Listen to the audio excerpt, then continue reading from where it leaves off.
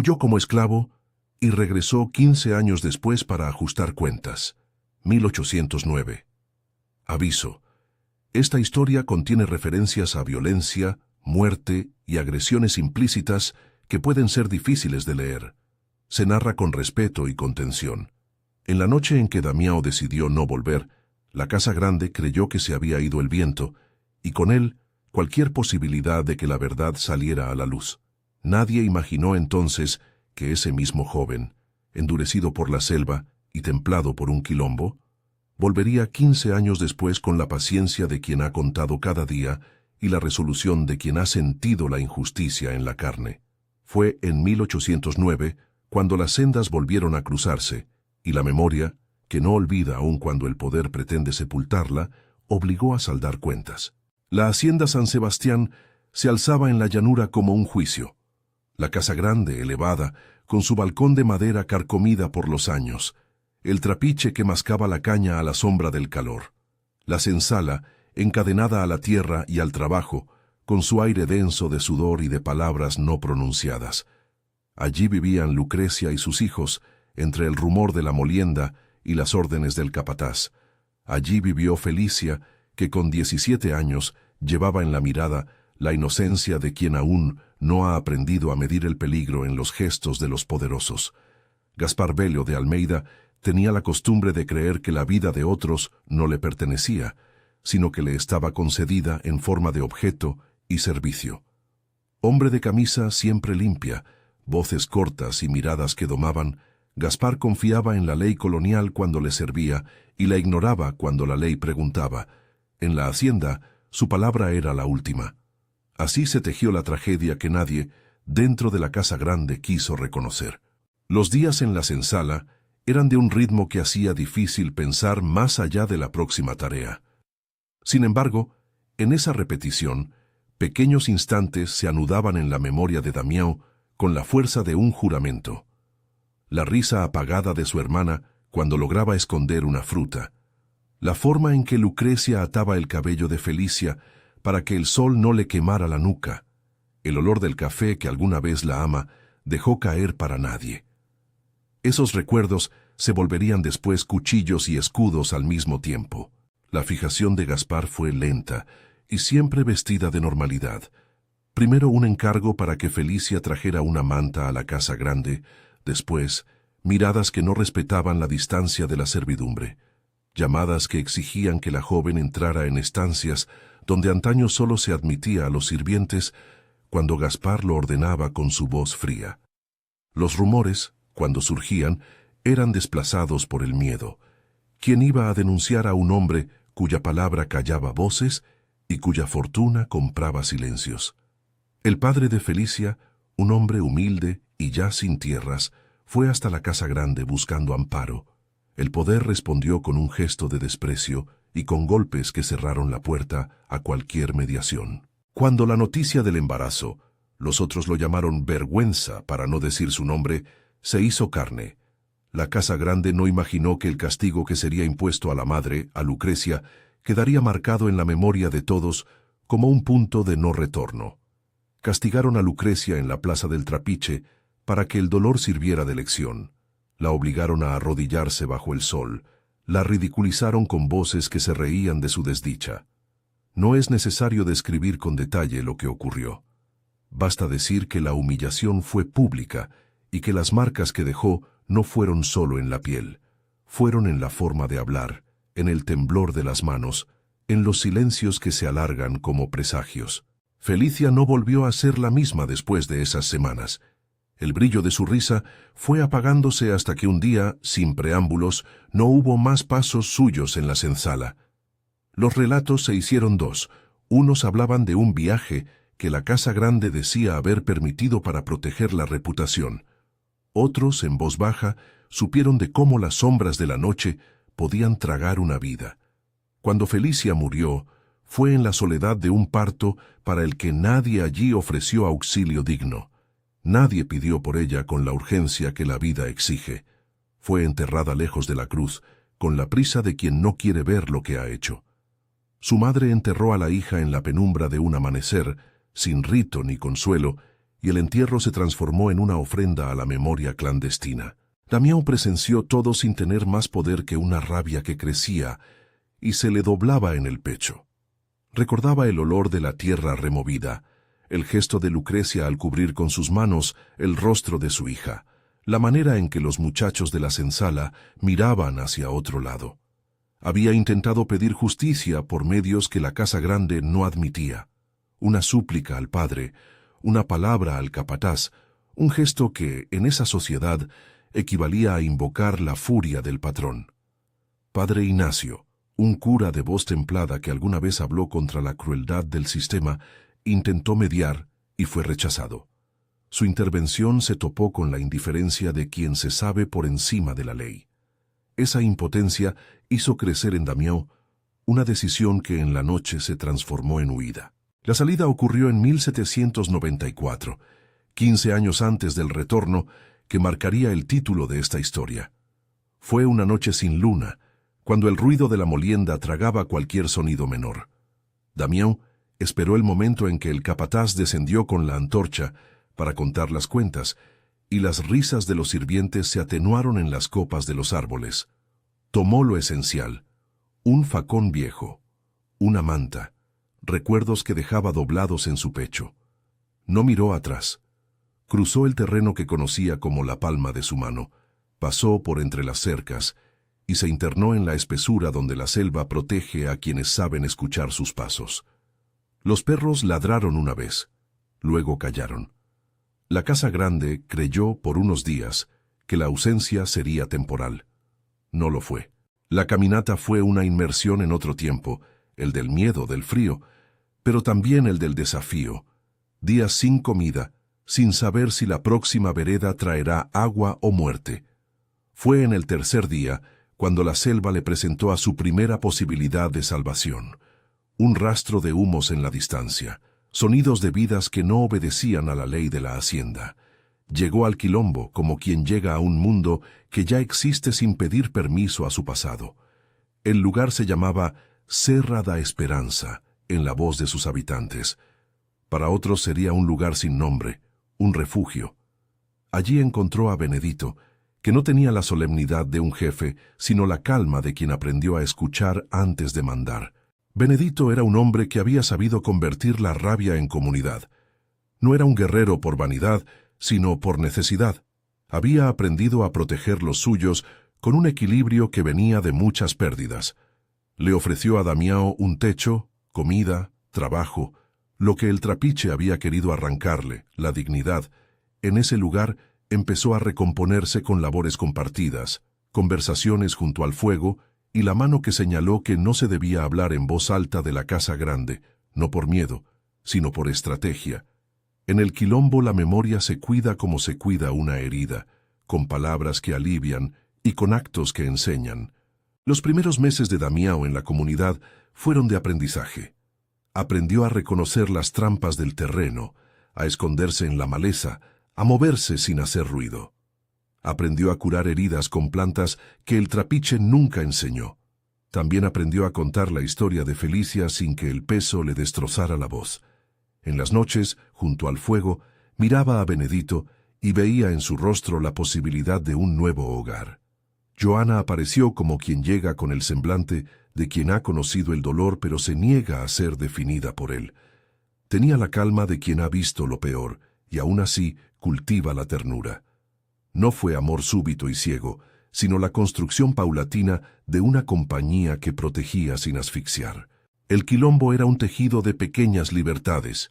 Había reglas: cuidar de los niños, repartir la cosecha, no permitir que la cólera se transformara en venganza que pusiera en riesgo a todos. A la vez, era una escuela de fuerza. Jóvenes entrenaban con machetes, con palos y, por supuesto, con las manos.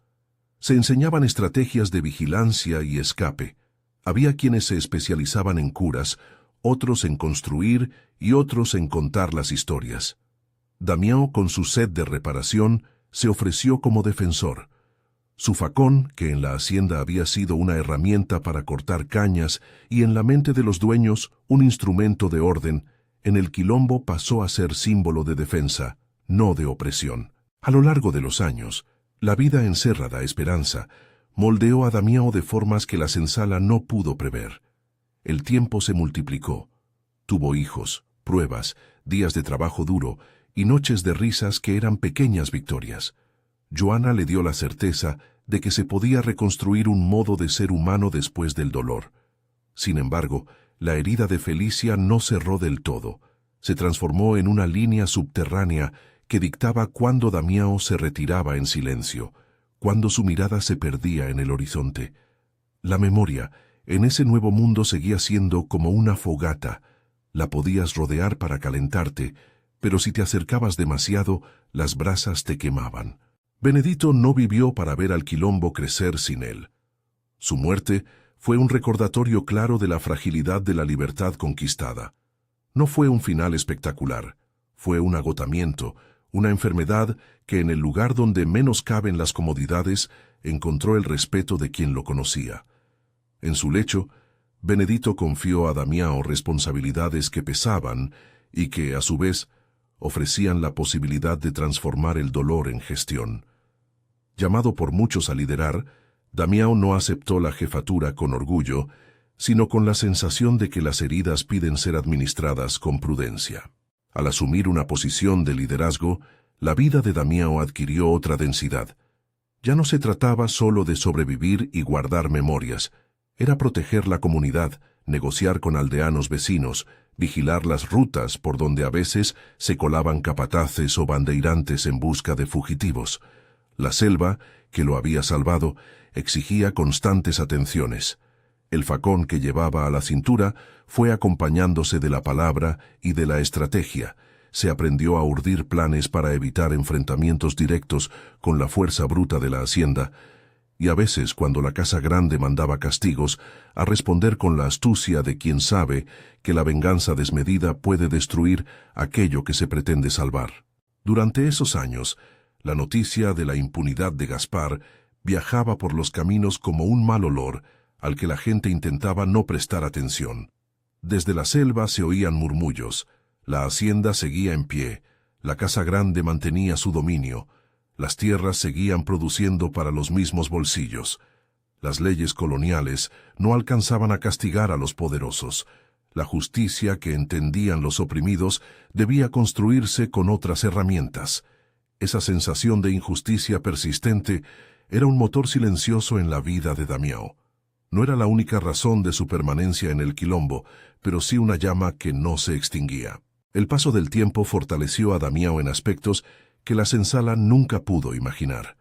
Había adquirido el arte de la espera, la paciencia de quien sabe que los golpes directos muchas veces responden con más violencia. Sin embargo, la memoria de Felicia no admitía la espera sin preguntas. ¿Dónde estaban los restos de su hermana? ¿Quién había sido cómplice? ¿Cuántas vidas más se habían consumido sin nombre? Las respuestas no llegaban por las vías que la colonia ofrecía, llegaban por la observación, por los informantes que a través de susurros contaban que Gaspar se movía seguro, que dormía tranquilo bajo la sombra de la impunidad. Joana, que conocía la hondura del resentimiento, fue la primera en poner nombre a lo que Damião sentía. No era únicamente venganza, le dijo una vez en voz baja, era una deuda con la memoria. Hacer justicia, en ese contexto, no significaba transformarse en aquello que odiabas. Significaba obligar a la historia a recordar. Sus palabras no fueron consignas sino espejo. Damião debía decidir si su acción sería un ajuste frío del pasado o una operación que pondría en riesgo a quienes lo amaban. El liderazgo lo empujó a una vida de cálculo. Se volvió observador de la hacienda desde la distancia y su mirada aprendió los movimientos de Gaspar. Las salidas hacia la iglesia del pueblo, los encuentros con vecinos que aplaudían su poder, la manera en que el patrón dormía con la convicción de que nada lo alcanzaría. Esos detalles, coleccionados durante años, construyeron la escena de su retorno. Damião sabía que cualquier acto sin preparación implicaría costos para su gente. Sabía también que permitir que la casa grande viviera impune equivalía a aceptar que sus heridas no merecían reparación. Sin embargo, el pensamiento de volver no era impulsivo. No era un gesto de ira cegada. Era la suma de noches en que, mirando el fuego, Contaba las horas y revisaba cada palabra que decía Benedito antes de morir. No dejes que el temor hable por ti. Era la insistencia de Lucrecia, que había pasado años recorriendo la misma vereda interior, recogiendo trozos de memoria que nadie le daba. La ropita que había perdido su hija, la falta de un nombre en la tumba. En el quilombo, la historia de Felicia se convirtió en una de tantas historias que la comunidad guardaba para no olvidar quiénes habían sido arrebatados. Guardarla no bastaba. A veces la memoria demandaba acción. Con el paso del tiempo, Damião se convirtió en una figura que despertaba respeto y a la vez preguntas. Algunos jóvenes veían en él la imagen del hombre que no permitió que su vida fuera quebrada. Otros lo miraban con recelo, como quien presiente que las decisiones de un líder no siempre son inocuas. Joana, con su paciencia antigua, era el ancla que impedía que la furia dictara la agenda de Damião. Hablaron muchas noches de un regreso que tendría que ser meditado, de cuándo y cómo. Fue en una de esas largas conversaciones cuando ambos cedieron a la posibilidad de que la memoria necesitaba algo más que recuerdo.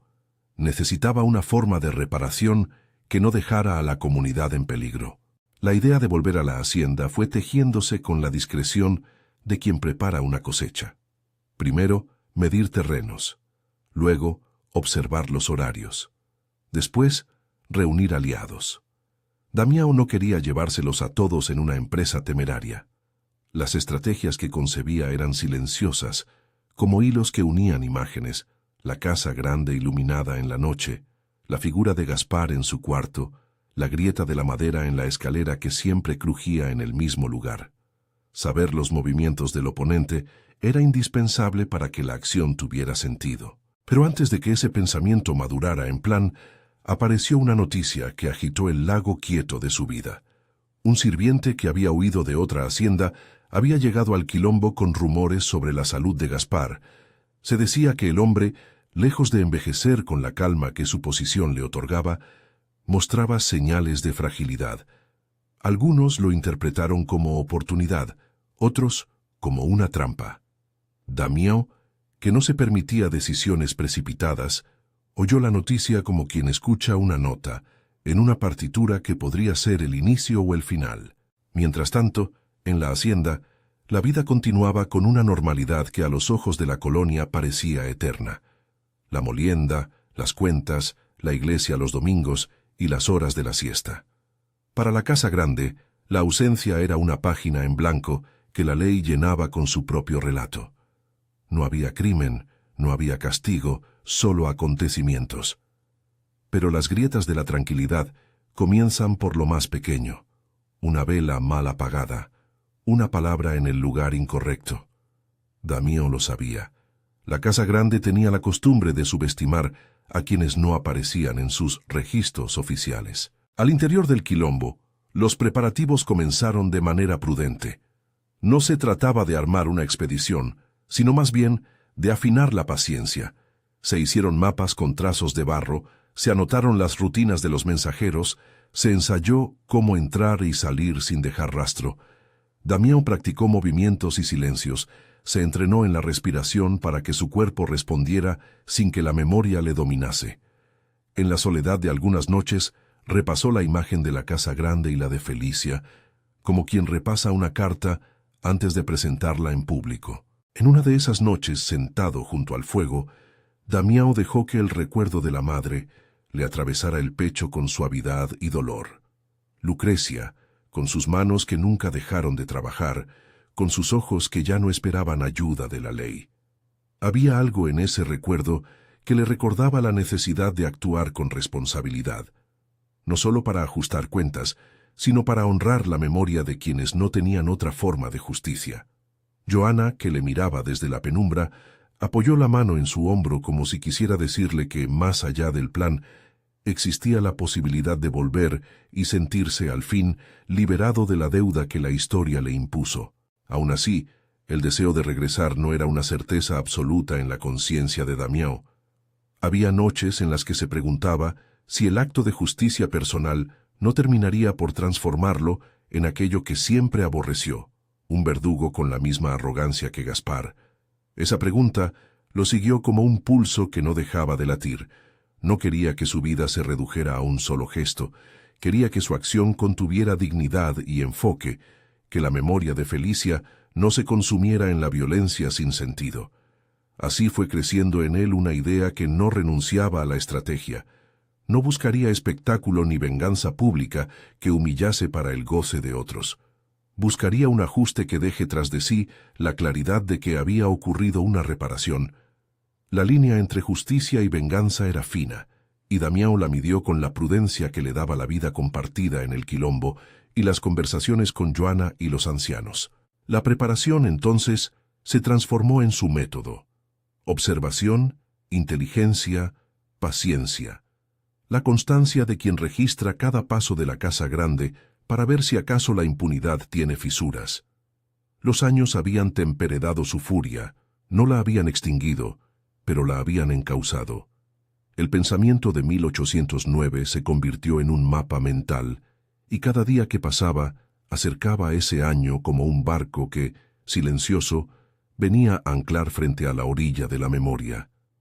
En esos años de trabajo y de noches compartidas, también crecieron las tensiones internas. Hubo quienes en el quilombo opinaban que la justicia debía dejarse al tiempo y que el retorno ponía en riesgo la comunidad. Otros murmullaban que la impunidad era insolente y que actuar era una obligación moral. Damião escuchó todas las voces y aunque la mayoría entendiera su dolor, él supo que la responsabilidad de quien lidera es mayor que la de quien sufre en soledad. Cuando 1809 se acercó, el presente empezó a acercarse a la posibilidad del encuentro. Damião ya no era el joven que huyó la noche de 1794. Era un hombre con imposiciones, compromisos y un deber con la memoria. La casa grande seguía allí, con sus sombras y sus secretos, creyendo que el tiempo había borrado todo.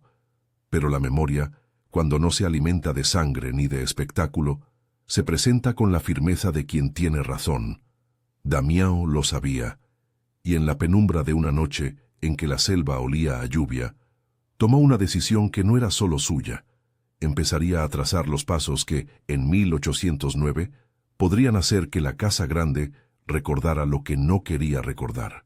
La noche en que Damião decidió que 1809 sería el año del ajuste, la selva parecía sostener el aliento. Durante semanas había tejido su rutina como quien teje una trampa para el tiempo. Vigilias desde la linde de los cañaverales, recuento de las salidas del capataz, anotaciones en el barro con un palo gastado. No buscaba espectáculo, buscaba certezas. Cada gesto que registraba lo acercaba menos a la ira impulsiva y más a una ejecución fría, pensada para no arrastrar a la comunidad entera a una guerra que ninguno podía ganar. Antes de partir, quiso comprobar algo que le ardía en el pensamiento desde hacía años: si la memoria de Felicia iba a servir para algo más que una lumbre que lo dejaba insomne. Fue Joana quien, sin dramatismos, le preguntó lo que nadie en la comunidad se atrevía a preguntar directamente: «Si lo haces, ¿qué quedará después? ¿Podrás seguir siendo el hombre que cuida hijos y cosechas?». Damião no respondió con palabras grandiosas. Le mostró la manta en la que su hermana había envuelto alguna vez frutas para que los pequeños tuvieran dulces secretos. En esa manta, que ahora dobló con delicadeza, depositó la promesa de que su acción no sería exhibición, sino cierre. Antes de salir, reunió a unos pocos en la penumbra, los que estarían dispuestos a ofrecer coartadas si algo salía mal, los que conocían atajos por la mata y podían ofrecer refugio momentáneo. No reveló detalles, ni armas, ni planes tácticos. Apenas dijo que habría una noche en que la casa grande habría de recordar lo que pretendía enterrar. Los más viejos asintieron con rostros que no eran de alegría, sino de reconocimiento. Aceptarían el riesgo si la acción se hacía con prudencia. Hubo quien negó con la cabeza. «El miedo protector es también un cuidado», murmuró alguien, pero nadie buscó detenerlo. El liderazgo, muchas veces, exige caminar por caminos que la mayoría evitaría. Salió solo la noche acordada, con la manta al hombro y el facón envuelto en tela, para no delatar su presencia con brillo. Avanzó por veredas que conocía desde niño y que la selva había vuelto imposibles para otros. Los pueblos no miran a la selva con ojos de quien sabe leer. Ven la maleza, pero no los senderos con memoria. Damião sí. Al aproximarse a la hacienda se dejó llevar por la repetición de los sonidos. Los grillos, el murmullo del trapiche respirando como un animal viejo, el chapoteo de un perro que dormía atado. Nada parecía fuera de lugar, y por eso mismo el lugar le daba confianza. La rutina es la mejor aliada de la impunidad. Subió por la pared trasera que algunos sirvientes aprovechaban para arrojar sobras. Atravesó un galpón con sacos de fibra y llegó hasta la sombra que proyectaba la casa grande. La última vez que había estado cerca, era joven, y los pasos le temblaban. Ahora, la temblorosa era la memoria. Sus pisadas, en cambio, fueron calculadas. Entró por una puerta de servicio abierta, donde la servidumbre que todavía quedaba cumplía con horarios programados por otros. Esquivó guardias dormidos y esquemas de luz. Se dejó llevar por la costumbre de las rutas internas. Nadie reparó en su figura. En la colonia, los que se saben superiores raramente miran hacia abajo de verdad. Se detuvo un instante en el umbral del corredor que llevaba a las habitaciones. El olor del lugar grande no era solo perfume de madera envejecida y aceite, era también la sutileza de los restos de comida, del tabaco y del alcohol. Ese olor le habló de la vida que no había considerado la de otros. Respiró hondo para contener la ola de recuerdos que amenazaba con hacerlo quebrar. Volvió a ver a Felicia joven, risa cortada por un capataz, la prisa de un entierro oculto. Esa imagen fue su brújula. La escalera crujió como siempre en el mismo lugar, ese que había marcado en su mapa mental desde hacía meses. Cada casa tiene su voz. La de la hacienda hablaba de arrogancia y de sueño confiado. Llegó al pasillo superior. La luz de una vela se filtraba por detrás de una puerta entreabierta. Gaspar Bello de Almeida dormía envuelto en ropa que mostraba la riqueza sin nombre. Almohadones bordados, mantas de lana extranjera, una lámpara de aceite que quemaba despacio. El viejo patrón parecía pequeño en su lecho, con la boca entreabierta y las manos dobladas, como quien aún espera que algo se le devuelva. Damião lo observó. No vio monstruo, vio la amplitud de la impunidad. Antes de entrar se permitió un último pensamiento. No buscaba escarnio ni espectáculo. Quería nombrar lo que el poder no había querido aceptar. Abrió la puerta con la calma de quien sabe que cada sonido será una confesión. Gaspar despertó con la certeza de que algo lo tocaba en la oscuridad. La presencia, el aroma de quien no pertenece a su casa, el silencio roto por la respiración que no pedía permiso. Cuando reconoció a Damião, al principio fue incredulidad, la incredulidad de quien se sabe invisible, y luego una risa corta, bronca, que intentó imponer un orden final. «¿Así que vuelves?», dijo Gaspar con voz que quiso sonar desdeña. «Pensé que habías huido para siempre». Sus palabras no buscaban diálogo. Eran una herramienta para disminuir la amenaza con ironía. Damião no respondió con explicaciones. Sus manos hablaron antes que su boca. Dejó en la cama la manta que traía. Desplegó la tela antigua y con el gesto lento, preciso, mostró la parte gastada por los roces, la que había contenido los pequeños secretos de Felicia. Fue como un juramento puesto a la vista. Miró a Gaspar y por primera vez los dos hombres se situaron en una distancia que no era de poder económico ni de sujeción. Era una distancia que medía culpa y memoria. Gaspar trató de incorporarse, de buscar un bastón, una pistola, un soplo de autoridad que la noche le negaba. «¿Qué quieres, muchacho?», preguntó con voz temblorosa. La pregunta tenía el tono de un hombre que imagina que las sombras de su pasado pueden salvarse con bronca. Damião no lo dejó hablar mucho. Le acercó la manta a la cara de Gaspar para que viera algo que no había tenido ojos antes. Un paño manchado, una costura que Felicia había hecho en secreto para los niños, un detalle íntimo que solo la familia de la senzala reconocería. Fue una manera de decir: «Yo fui testigo, esto es tu memorial». Gaspar palideció al reconocer la letra de esa memoria. Lo que siguió fue breve, y no por falta de emoción, sino por la precisión del gesto. Damião habló con la voz que había aprendido entre adultos que hablan con cuidado. Nombró lo que ocurrió: la llegada, la fijación, la expulsión, el parto en soledad, el entierro sin rito. No añadió adjetivos que humillaran, dejó que los hechos tuvieran peso propio. Gaspar intentó negar. Negarlo le salía natural. Su vida había sido una construcción de negaciones y de compra de silencios. Pero la voz de Damião no pedía pruebas a la ley, le pedía reconocimiento. Era una acusación que buscaba abrir la puerta del recuerdo para que la verdad, por fin, ocupase la casa. «Reconoce», dijo Damião en un momento que pareció detener los relojes. «Reconoce lo que hiciste, di el nombre de lo que le quitaron a una madre». Gaspar tosió una risa nerviosa y contestó con la soberbia antigua: «¿Qué quiere un pobre con su palabra si no es para venderla al mejor postor?» La arrogancia le fue útil toda su vida. En ese cuarto, en cambio, sonó como la voz de un niño que usa la risa para tapar miedo. No hubo súplicas épicas, no hubo confesión que ablandara el acto siguiente. Damião, que había esperado 15 años para que cada gesto tuviera lógica, actuó con la misma serenidad con la que había planificado su llegada. Se inclinó, sujetó la manta a la altura de la cara del hombre que había decidido que la vida de otros era un recurso, y con una presión firme, controlada, cayó los últimos intentos de resistencia. No fue un estallido, fue la aplicación fría de una decisión que desde joven había quemado sus entrañas.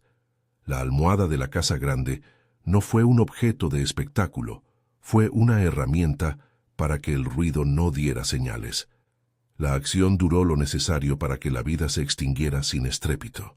Gaspar luchó con la sorpresa y con la incredulidad. Su último gesto fue de quien no alcanzó a entender esa justicia en manos de un hombre que había vivido fuera de sus leyes. Cuando el silencio se asentó, Damião permaneció un tiempo sentado, con la cabeza inclinada sobre las manos. No hubo alegría, no hubo aquel alivio cinematográfico que algunas historias prometen. Lo que hubo fue una sensación pesada, como un manto húmedo que cae sobre la memoria. Había cumplido una promesa, pero la promesa no devolvía la risa de Felicia ni la mano firme de Lucrecia para ahuecar la almohada de sus hijos. Había, en cambio, una certeza incómoda. La realidad nunca se deshace de sus sombras con un solo acto. La salida fue tan ordenada como la entrada. Cubrió el cuerpo con la manta que había traído, como si quisiera que la memoria de su hermana velara por el dueño de la casa, mientras la ley colonizadora buscaba explicaciones. Colocó algunas cosas fuera de lugar para simular un robo que no tendría sentido, un gesto para que la casa grande creyera en sus relatos propios, y descendió por la escalera con la misma calma que había traído. Afuera, la noche le recibió con el mismo rumor de grillos. La selva no preguntó por la razón. Cruzó la vereda, volvió a la sombra entre los cañaverales y corrió hasta perder la forma de su aliento en la espesura. En el quilombo, la espera fue densa. Los que habían permanecido en alerta vieron llegar a Damião con la cara lavada de polvo y con los ojos más pequeños de lo habitual. Joana fue la primera que se acercó. No preguntó detalles. Le ofreció agua y lo dejó en silencio hasta que la respiración la llamó a la calma. Hubo alivio en la comunidad, pero también un silencio que pesaba en las conversaciones posteriores. Algunos hombres depositaron una mano en el hombro de Damião, como quien confirma que al menos alguien ha hecho lo que la ley no hizo. Pero esa mano no borraba las noches de desvelo que seguirían. La noticia corrió por el pueblo con la rapidez propia de la especulación. Gaspar Velho había muerto en su cama. Parece que fue una congestión, dijeron unos. Que una copa mal mezclada, murmuraron otros. Nadie, en la casa grande, contó la verdad de lo que había pasado en la noche. En el tribunal del pueblo no hubo condena. La muerte de un viejo patrón, aunque extraña, no exigía que se rasgaran las cortinas del orden. La justicia colonizadora siguió su curso y, como siempre, no encontró culpables entre quienes mandaban. Esa ausencia de investigación fue, para muchos, la confirmación amarga de la tesis que Damião había llevado en su pecho durante años. La ley protege a quienes tienen recursos para comprar silencio. Con el paso de los días, las versiones del suceso se multiplicaron. Algunos afirmaron que había sido un ataque de pavor, Otros, que Gaspar cayó víctima de su mala salud. Desde el Quilombo escucharon rumores de capataces que, con voz contenida, comentaban sobre la extraña calma que sucedió a la noticia. Nadie se atrevió a buscar responsables con formalidad. Buscar culpables en un sistema que legitima a los poderosos equivalía a pedir que el propio poder se rasgara. La impunidad, de nuevo, mostró su dibujo. En la comunidad, las reacciones fueron variadas y profundas. Joana, que había amado sin dejar de preguntarse por el riesgo, se sentó frente a Damião una noche y dijo poco. «Lo hiciste», afirmó, y en su voz no había júbilo ni condena, sino la pena de quien observa a quien ama llevar una carga improbable. Damião le confesó, con voz quebrada por el cansancio, que no creía haber conseguido la restitución de nada. «Hice lo que pude», dijo. Joana lo miró, y su mirada fue un mapa que contenía la posibilidad de reparar la relación con la memoria. Podrían construir una casa donde los hijos supieran que sus derechos eran tan valiosos como el pan. También les tocaba aceptar que la acción tenía consecuencias internas. El hombre que había regresado ya no iba a ser el mismo por dentro. Lucrecia, mientras tanto, nunca dejó de ser la huella que recorrió ambos mundos. No vivía en la casa grande. La humillación la había hecho permanecer en una dependencia, en un espacio que la sociedad consideraba suficiente. Cuando llegó la noticia de la muerte de Gaspar, su reacción fue de muerte contenida. No saltó de alegría ni de rabia, sino que hubo una especie de resignación que cruzó su rostro. Algunos en el Quilombo propusieron invitarla a refugiarse allí.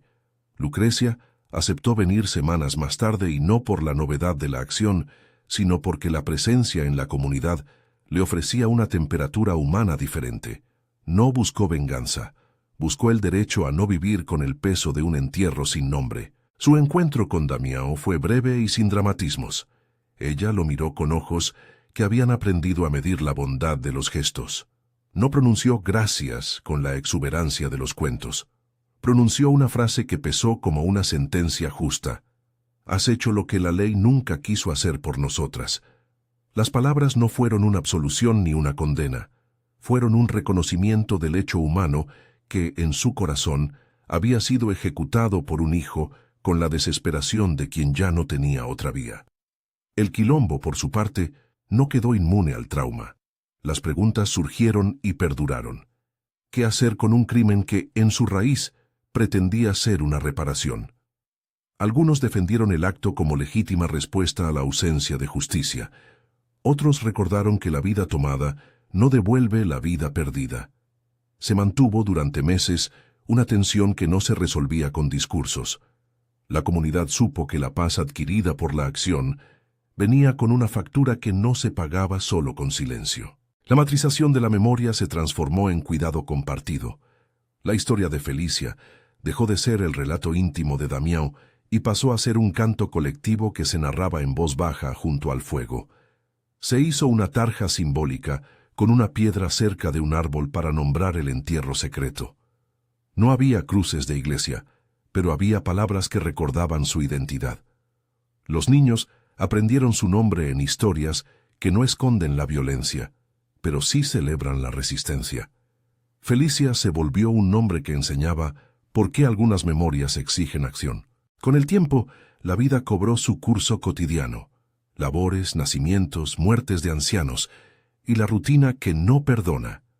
Aún así, la pregunta moral quedó latente, persistente, con la capacidad de abrir discusiones en noches largas. Damião, por su parte, trabajó en no dejar que el hecho aislado lo consumiera. Participó en las reparaciones de caminos, en las discusiones con aldeas vecinas, en la protección de quienes se acercaban buscando cobijo. Fue un protector con la carga añadida de quien sabe que un acto personal puede acarrear consecuencias para el grupo. No buscó gloria ni silencio fingido.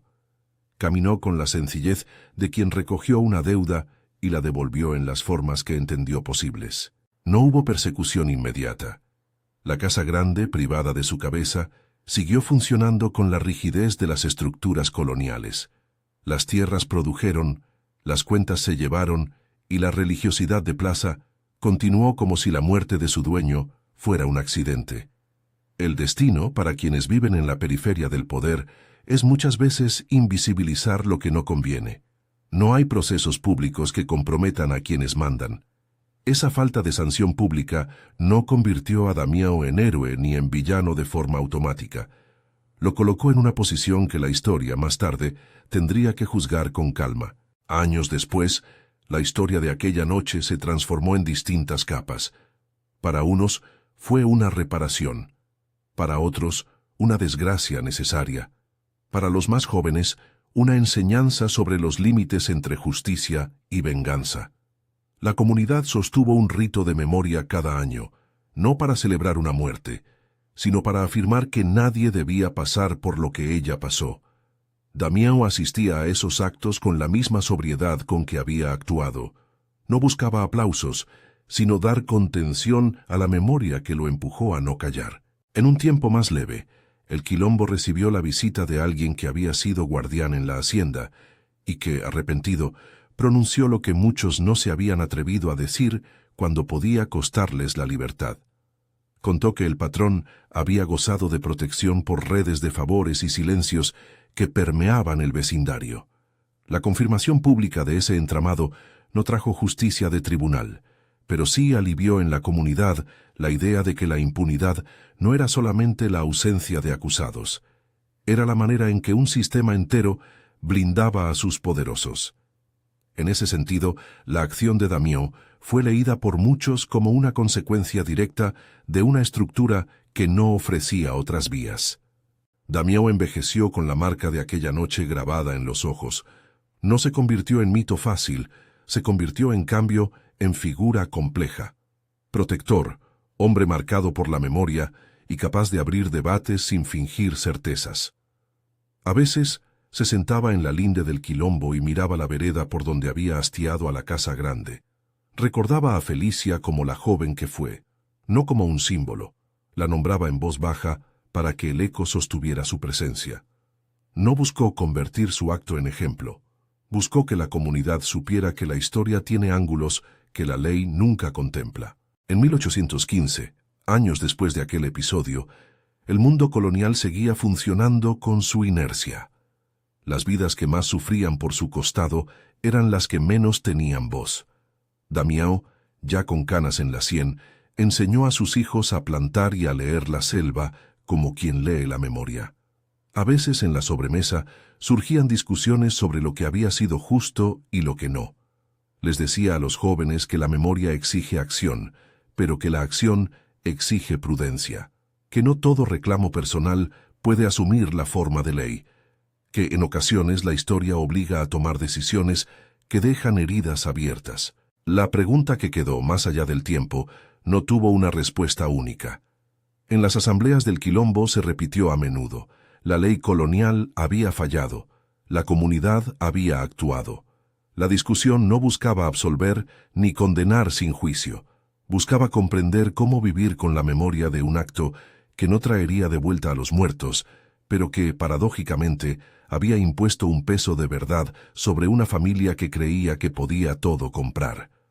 Años después, cuando contaban la historia a forasteros curiosos, los ancianos solían cerrar la narración con la misma frase que Damião guardaba como respuesta más honesta: la justicia de los hombres falla muchas veces, la justicia de los oprimidos tiene precio. No era una consigna para celebrar la violencia, era un señalamiento amargo sobre las opciones que deja un sistema que no protege a todos por igual. La casa donde antes vivió Gaspar fue vendida a un mercader que poco se preocupó por el pasado. Pasó de mano en mano y, en la memoria local, su dueño se fue transformando en un nombre entre muchos. Lo que no se borró fue la piedra colocada por Lucrecia y los relatos que alrededor de ella se tejieron cada año, cuando el viento traía historias de fugitivos y retornos. Damião murió con la serenidad que da la convicción de haber actuado de acuerdo con su conciencia, sin caridad de santidad. No murió orgulloso del acto en sí, sino de haber sostenido la memoria de su hermana hasta el final. Joana lo fue a buscar cuando supo que su respiración se volvía breve. Le sostuvo la mano sin historias grandilocuentes. En su lecho final, Damião nombró a Felicia una vez más, con la calma de quien no pide absolución, porque su vida está ya equilibrando nombres en su espíritu, sus últimas palabras no fueron de gloria ni de arrepentimiento rotundo, fueron simples: que no se olvide. La historia que dejó no fue una moraleja fácil. No convirtió el homicidio en modelo de acción. Puso sobre la mesa una verdad compleja. Cuando la ley no funciona, las personas heridas buscan por sus propios medios formas de restituir aquello que les fue robado. Esas formas, inevitablemente, llevan consigo dolores y preguntas sin respuesta. Fue en ese espacio intermedio donde la comunidad aprendió a conjugar memoria y cuidado. No celebraron la muerte de Gaspar como si fuera un trofeo. Honraron a Felicia como a una persona que exigía reconocimiento. 15 años después de la acción, en una tarde templada donde el sol apenas acariciaba las hojas, los jóvenes del Quilombo se preguntaban entre ellos si la venganza había servido para algo más que abrir heridas. Algunos respondían que sí, que la acción había permitido que Lucrecia dejase de vivir bajo la humillación explícita. Otros contestaban que no, que la violencia solo perpetúa un ciclo que engendra más violencia. La discusión no tenía final sencillo porque, como toda cuestión humana, mezclaba dolor, memoria y necesidad. Si algo quedaba claro en la historia de Damião, es que la justicia oficial de la colonia no ofrecía vías para los humillados, que la impunidad podía ser el caldo donde se incubaran acciones desesperadas, y que, cuando una comunidad decide repararse, debe aceptar las consecuencias morales de sus actos. Las preguntas que flotaron luego de la muerte de Gaspar no eran retóricas. Pedían reconstrucción de vínculos, nuevas formas de protección y un compromiso por parte de todos para que nadie más tuviera que elegir entre silencio y violencia. Hoy, cuando se evoca aquel episodio, la conversación no se limita a juzgar la acción individual. Se amplía hacia la manera en que las sociedades construyen leyes que protejan a todos. Se reflexiona sobre cuánto pesa la memoria en la formación de las decisiones humanas y sobre cómo se construye una reparación que no reproduce la desigualdad. La historia de Damião, con su mezcla de dolor y decisión, obliga a mirar al pasado sin simples certezas morales y a entender que algunas soluciones personales nacen del vacío institucional. ¿Crees que Damião hizo lo correcto? ¿Había otra salida?